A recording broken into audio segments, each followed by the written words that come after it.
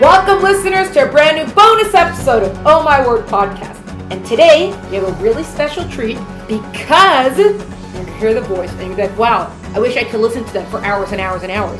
And you know, you can, because we have with us Nichole James, who is the reader of the End of Ever After audiobook. Out now. Everyone go get it. Please. Thank you. And then come back here to listen to the interview. Nichole, welcome. Hi, thanks for having me. We're very pleased and very excited to have you. And I know I'm biased, but I still think the audiobook is fantastic. And that's why we must speak with you about how do you do this? How does this fantasticness come about? So here we go. How did you even decide that you were going to become like a reader for audiobooks? That's a really easy question. I mean, I'm trying to think of how much backstory to give you. So I've always enjoyed performance. I think for most narrators, that's a given. However, I was originally more into music performance and went to school for that, dabbled in theater, but never really saw myself doing a career in that. Anyways, you flash forward a few years and I was doing the music thing on the side, but my daughter is actually dyslexic. Oh. But loves stories. Loves to listen to them. I've had an Audible membership for years. We download a lot of books from the library, and every once in a while, she really struggles to find a book she wants to listen to and enjoys the narrator for. Just sometimes it's not a good fit. And one day she was frustrated.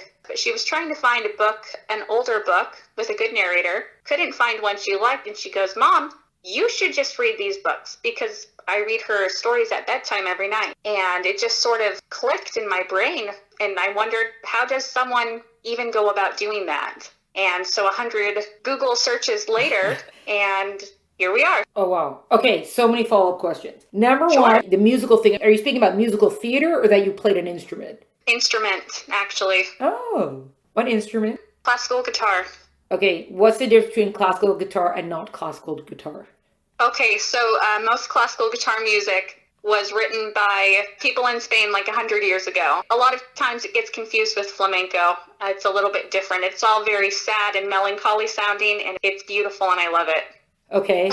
Oh, wow. Well, because playing an instrument, that's very different than getting up and speaking, but... Yeah. I think there's some similarities, though. Okay, yes. Because, so check it out. So with classical music, at least I was not a composer. So my goal was always to take this piece of music, maybe it was a couple hundred years old, and try to recreate the original intentions of the composer. Well, what is audiobook narration? You have a book that's written by someone who can write books, ideally. Yeah. Yeah.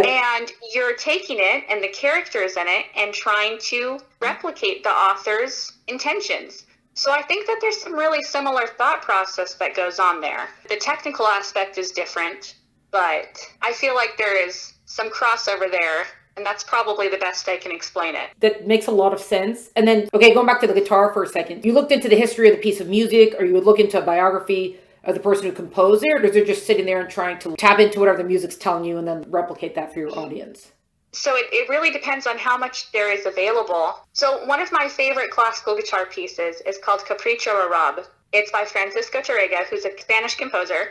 And he wrote the piece, and it was supposed to be about a love story about a young man who's traveling through some kind of unfriendly territory to go find this woman he loves. So he had a story, he had a specific geography in mind as he was composing this music, and having that understanding of, okay, this is a young man kind of trudging through some really hot weather and trying to get to this woman he loves. I think it helped me tell the story as a musician. Wow. I don't know if people listening to it understood that, but it sort of helps you with the feeling. And yeah, same thing for audiobooks. Who are you talking about? What are they feeling? You communicate it differently, obviously.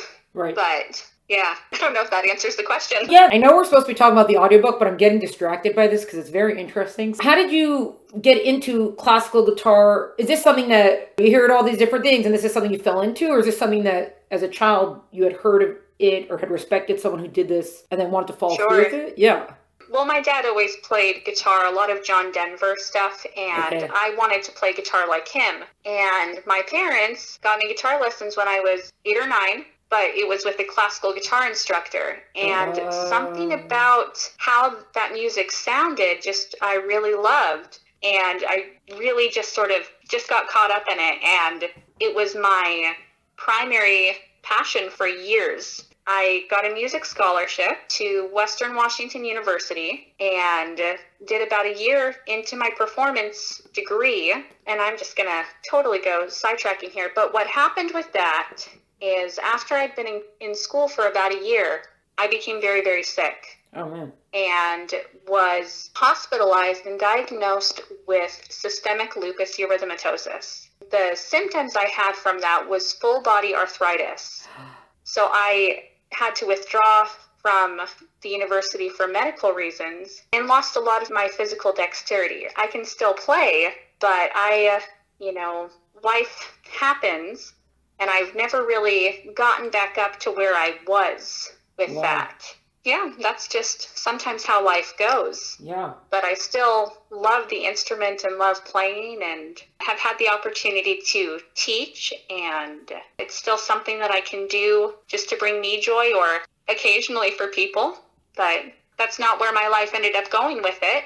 So. And now here you are. And now you read audiobooks. And now here I am. Yeah. That's still crazy. doing an artistic outlet. Yeah. So. Anybody who's got the itch has got to find a way to get it out, to get it scratched. Oh, yeah, it comes out. Yeah. It comes out. So, other follow-up question. When you say with your daughter, I'm kind of saying this even though we assume we all know what it is, that your daughter's dyslexic. Okay. Is that just reading is difficult because they're mixing up letters? Or is there something else there? Yep, it's primarily when she's reading. It sometimes kind of manifests itself when she's writing, whether like her P's and Q's and nines all get kind of mixed up, or D's and B's. But mostly when she's reading, like trying to go through and do phonics lessons with her, it never worked very well. It was when she was littler, she's 10 now, but it would be a puddle of tears on the floor. It was just so hard and took so much effort. But she is a storyteller. I could see her writing someday. She has always loved telling stories, loved listening to stories that are more complex. So we turned to audiobooks because eventually she got to an age where she was still kind of trying to, I don't know if catch up is the right word. It just hadn't quite clicked yet, but she wanted complex, interesting stories and interesting characters more than Bob and Sam went out. So that's really how we got into audiobooks, or we would check out books from the library that came with CDs so she could follow along. Have you ever heard of, I don't remember if there's a specific name for it or not, but I spoke to an author. His name's Russ Thompson. He's on a previous interview. He writes books specifically for like high-low. So it's high interest, low-level readers. And there's a font that his books are published in that's specifically for dyslexic. For someone who might be dyslexic? I have heard of that. Oh, yeah? Okay. Heard of that. Yeah. And it makes a difference. Oh, that's good to know. Yep. Oh, another fun thing is Kindle e-readers, and they make Kindles for kids now. You can even get them that are just for books. They're just e-readers. And there is a font you can put books in on your Kindle that is a dyslexic-friendly font. Oh, very good. And so that is an awesome resource. And a lot of comic books too are just kind of naturally in more of a fun font that seems to be a little bit easier on the eyes. Oh, that's interesting. It's also interesting because now there's been a very big push with graphic novels for younger readers recently, and a lot of writers, teachers even, or parents will say, oh, we're happy the kid's reading, but also a lot of times graphic novels are kind of like the gateway for for reading more books. But I never thought of audiobooks. It's so obvious almost that if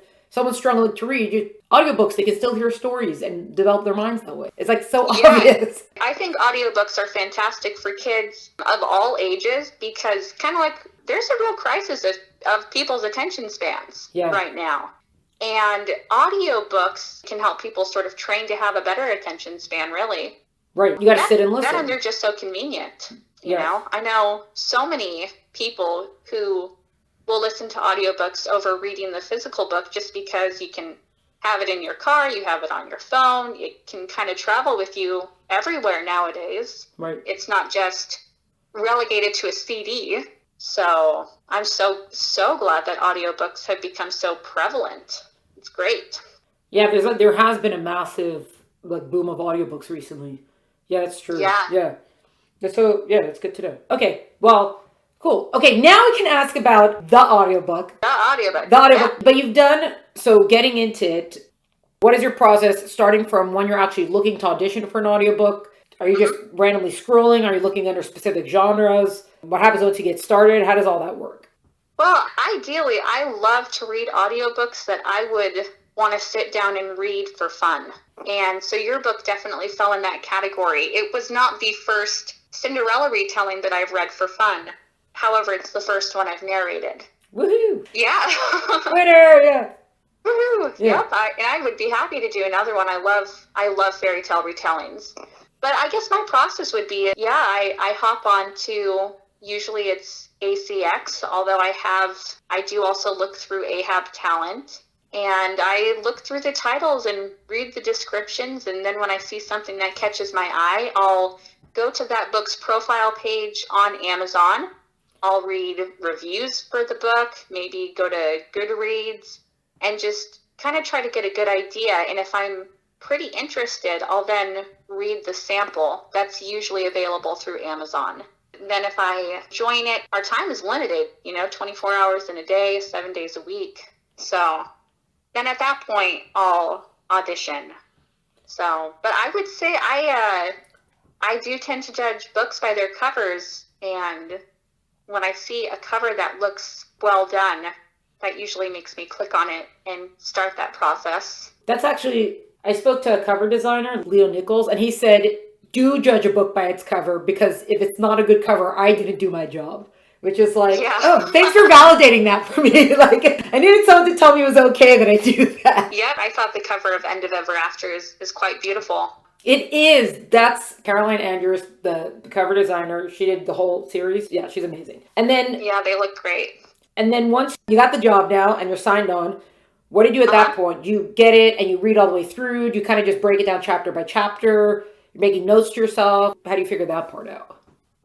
Okay, so I've definitely grown in how I've done that. I started narrating audiobooks this year, so I'm still very new. So I have learned the hard way that you really need to read all the way through. Because you never know when it's going to come back and bite you in the butt if you don't. Okay. So I do read it all the way through, and every once in a while, I'll make notes here and there, usually for the main characters. I'll try to have voices for them before getting started. Sometimes incidental characters I won't have decided on quite yet, but main characters, yes. And then I just take it on one chapter at a time. Let's see, Amazon's ACX, you upload one file at a time, so that's how I record it. And then do you record it all the way through, or do you sometimes take breaks in between or go back, or like how does that process work? So what I do is I record all the way through the chapter, but I try to catch my mistakes as I'm going and then stop and re-record them, and then afterwards go back and listen through the whole thing. So End of Ever After, the chapters are fairly long, and so sometimes that process would be more of a stop and go. I do my recording at night. My husband works night shift, so it works out pretty well that the house is quiet when he's gone to work. And then I do my proof listening during the day. And I'm trying to work on maybe finding a new way to do that, or just kind of balance my evenings a little bit better, because I get a lot of interruptions during the day. But that is what it is, and it's what it was for End of Ever After. Would you say, kind of going back through the audio or editing out, would you say that's double, triple the amount of time of recording, or I don't know? Absolutely. What's the made-up ratio you'd give for that? I've heard that for every 1 hour of audio, about 6 hours goes into it. That's fairly true, especially when you look at, so you have your read time, your record time, and your editing time. I'd say probably reading and recording are half, and then editing is the other half. So probably 3 hours per 1 hour of audio. Wow. It makes sense when you include that. Yeah. It's a labor of love.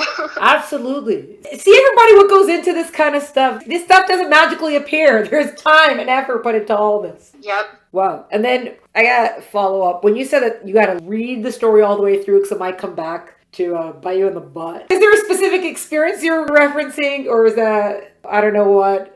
Oh, my brain's just mush right now. But say someone ends up being an evil character in the future, but you don't voice them correctly at the beginning of the book. And then you get that awareness that, oh no, this is a villain. or something, you're like, oh, I've made them sound really nice so far. Right. So that's an example. How do you keep track of the different voices you do? So a really good way to do is when I have kind of gotten a voice, I try to keep a separate audio file for each book that I work on so that I can go back and listen and this is one that I learned from experience too. Otherwise, if you get to a character that you haven't heard from in a while and maybe didn't have a very distinct voice, then you're kind of trying to get through your audio and trying to find exactly where they show up. So now I just keep a separate, I work in Audacity, which is a pretty basic audio recording interface. Yeah. Or digital audio interface, but it gets the job done. So I just have individual tracks now for each character, and the first time I get one of their lines recorded and it's been approved by the author, I just copy and paste and stick it in there so I can have easy access to it later. That makes so much sense. Yeah, like I said, I learned that the hard way, trying to go through and find someone. Wow. Yeah. And then some of the different voices that you're doing, unless you're specifically told, like, this is the voice, are you just thinking of, like, oh, what haven't I done yet? Or just like, you know what, this really feels like this to me? Like, how are you picking voices?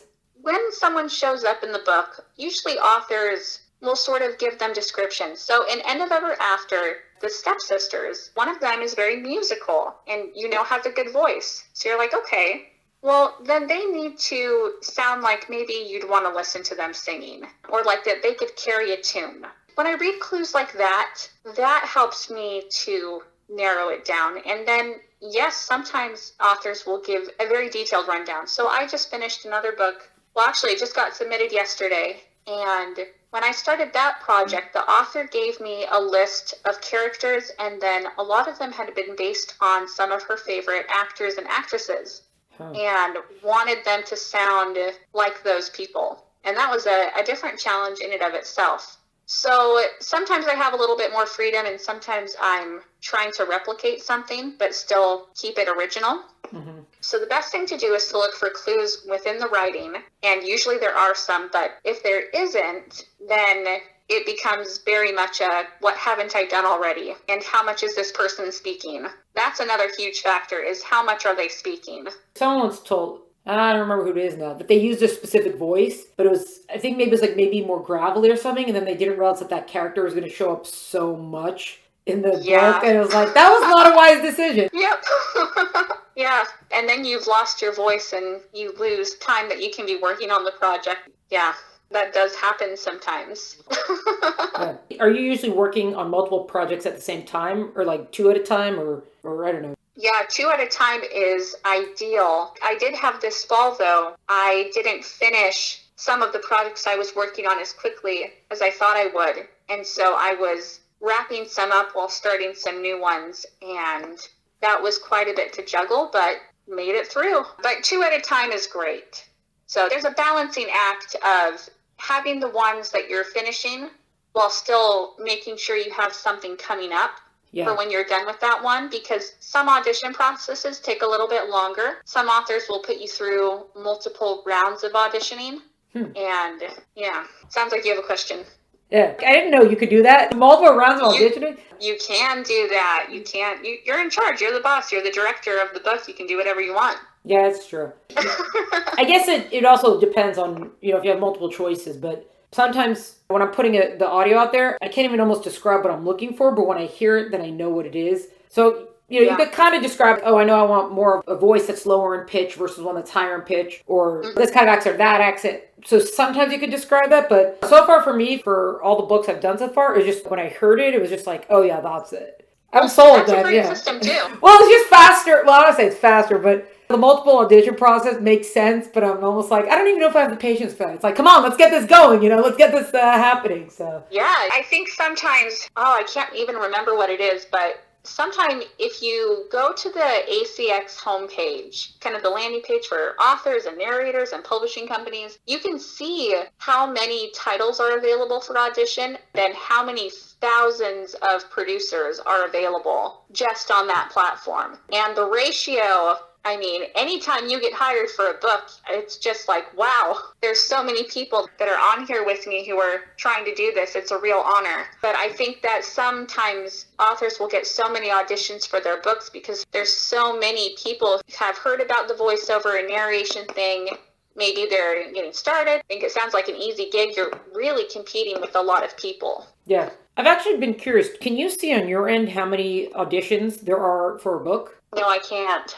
Oh, that's I'm good glad. to know. Yeah, you'd be like 1 out of 57. I don't know if I should try that one. Yep, I think not knowing is definitely in the narrator's best interest. Yeah, I wondered because I don't know what the narrators see. I obviously only see it from the author's page, whatever our thing is. And then, just because I've always asked this of each of the readers, have you ever thought, reading through this fairy tale retelling through Cinderella, did you ever think of, Cinderella would be a little bit better if this was changed or that was changed? Or retells were just kind of something that, oh, this genre exists? Or is it something you're always like, I wish they would have changed this about the story?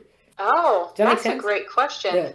Okay, so you're asking if there's something that I, prior to reading any Cinderella retellings, would want changed? Yeah, because you said that you like reading retelling. So before you even got into it, had you ever thought, either watching any of the millions adaptations they've got, or, have you ever thought like, this story is great, but I just wish they had changed that? I'll be honest, I enjoy the genre, but haven't thought about that more myself. And I think that just goes back to I'm not a writer. I mean, at least at this point, I know that there's a lot of narrators that branch out into writing. You read enough stories and you get some ideas. I just enjoy it. I love seeing what each author brings to the table. In your case, I really enjoyed the classic Cinderella retelling and can't think of anything that I would change that maybe you didn't. Right. I really liked the kind of the exploration into her feelings and that she really goes into this bout of depression and then how she's still like limping along at the palace going through that. I thought that was just great. Oh, yay. I mean, not yay that she's depressed, but I didn't realize it because when I had first written them, I was sort of calling them anti-fairy tale retellings. And then my editor, and then my editor pointed out that it's kind of like a memoir style almost because it keeps the story she's there. Reflecting. Yeah. So I was like, oh, yes, you're correct. Genius. I'm so glad I'm working on this with you. You get it. Yeah. She finally gave me the words to say like that after the first few had come out. And I was, oh, that's exactly what it is. Thank you so much. And I know there were a few times when I would say something like, are you sure this is how this word is pronounced? Or da-da-da, whatever. Yeah, but so, not talking about those ones, but as a general thing, from any of the audiobooks you've done, did you ever come across a word that you're like, what is this word? And then you hear it and you're like, oh, I do know that word. Or is that really, that you have to double check it and you're like, what? Yes, I have. So I'm working with an author who writes historical fiction. Oh, wow. And there are some words that come up from that time period. The book is written in the time period of women's suffragists and that whole movement of women getting the right to vote. Some of the words just to describe maybe things that they're wearing, I've never heard or read in my life. So I go to Google a lot for that. But more with your book, I think it's that classic phrase. Have you ever heard that anytime someone pronounces a word wrong, don't be too hard on them because they probably learned it by reading? Oh, yeah, that's me. Yeah. Yeah, I'd say I fell into that category with your book where it would go, oh, I've been reading that wrong in my head my whole life. Awesome. Well, let's fix that. Yeah. There were a few times I did that for the readers, and it was just because they would say it, and I'm like, is that really how it's pronounced? Then I would go look it up. And then sometimes I was right. Oh, no, we pronounce it a little bit differently. And then sometimes I've been wrong. That's how you pronounce it. And listen to it. I'm like, oh, I've been doing this wrong the whole time. Well, this is educational. And then sometimes you'll have United States pronunciation versus European pronunciations or just a regional. It's really kind of a fun thing to learn more about, definitely. And sometimes those words get used a little bit more often and you can add them to your toolbox. Or when I see one come up again that I know that I've relearned, I go, oh, I know you now. Yes. You almost develop a relationship with those words that you relearn. Yes. It is a benefit also of the audiobook to like, oh yeah, that's how the word is said. Because definitely when you're reading it, you make it up. Or it seems correct to you. Yeah. Absolutely. Well, I mean, that's why audiobooks are such an amazing educational resource, especially for kids, because they're hearing the words said correctly, because we've had authors who have gone, no. Yeah. it's just another educational benefit. Like I said, my daughter listens to audiobooks every single day, and it's helped her reading, even though she's not always following along, because she's getting exposed to words pronounced correctly used in context. And I just don't have enough good things to say about audiobooks. I love being a part of it. Amazing.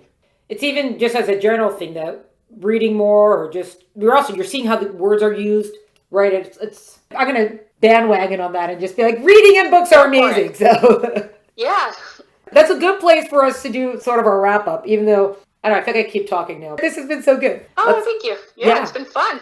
But we'll wrap up just because everyone needs to go listen to the audiobook, obviously. Yes. So we have to give people time for that, apparently. I guess so. Yeah. I guess so. It would be selfish not to. Yeah, right, exactly. It's for the listeners. So we always wrap up with that fill in the blank of, I love it when, whichever one, I love it when writers, illustrators, authors, publishers, book series, narrators, whatever that falls into the book world. Even covers can do anything like that, do X, and I really don't like it when they do X. How would you fill in the blank for that? I could fill in the blank a lot of different ways. I do really like it, though, when I kind of have a framework for developing some of the characters. Like, sometimes you'll get that as part of your audition. That's helpful. As far as other narrators, I like it when narrators are great at sound effects within the books. I just think that's really entertaining. That's a good one. We've been listening to The Lord of the Rings by Andy Serkis, and they're just incredible because he's the voice of Gollum in the movies. Anyways, I love it when narrators are just so good at those sound effects and those accents and those weird voices. It's just something to aspire to, really, for me. Yeah, wow. And then what was the other one? It's kind of the opposite. Something you don't like? Yeah, I really don't like when whatever does X. Oh, okay. That's easy. And I haven't come across it that much. But what I would say is when you get hired for a project and then the author is just kind of a ghost. You never really hear from them. You don't get any feedback, really. They're just like, okay, move on. And I mean, it's not that I don't trust my own judgment for bringing the book to life, but it helps so much more when it feels more like a collaborative process, in my opinion. Yeah. I enjoy the dialogue that goes in the behind the scenes, the back and forth emails, and just kind of getting to know the person behind the book a little bit more. And when everything is just fine and there's no corrections for a chapter or just no feedback, good, bad, or otherwise, I don't like that. I feel like it's a very one-sided relationship. Yeah. Well, have you had the opposite of someone who's giving you like way too much feedback of, can you just be happy with something? Why does everything need to be corrected, or not necessarily? Yeah. I know one author who might think she fits into that category, but that doesn't bother me at all. And I would so much rather that than the opposite. So I haven't hit my threshold for too much pickiness yet. I hope you never do. So yeah. But me too. Yeah, amen. Okay, cool. Very, very good. Nichole, it's been amazing to speak with you. I'm so glad we got to talk. Oh, me too. This was fun. I was nervous about it. You know, everything I do, usually talking-wise, is recorded and I can edit it and delete it and all of that stuff. So I was like, oh, this is great. Yeah, you almost sound like a writer because we can edit our words like 40 times before we have to put them out there. And then when we speak, we're like, wait, where's the edit? Like, how come we can't edit this? We need to do that. Exactly. This has been a bonus episode of Oh My Word podcast featuring audiobook reader Nichole James. To find out more about Nichole and her work, please visit the link in the episode notes. To find out more about Oh My Word podcast and keep track of all the great stuff we're up to, please follow us on Instagram at Oh My Word podcast. Check us out at eltenenbaum.com. Music is by Tim Burke. Thank you so much for joining us. Talk to you next time.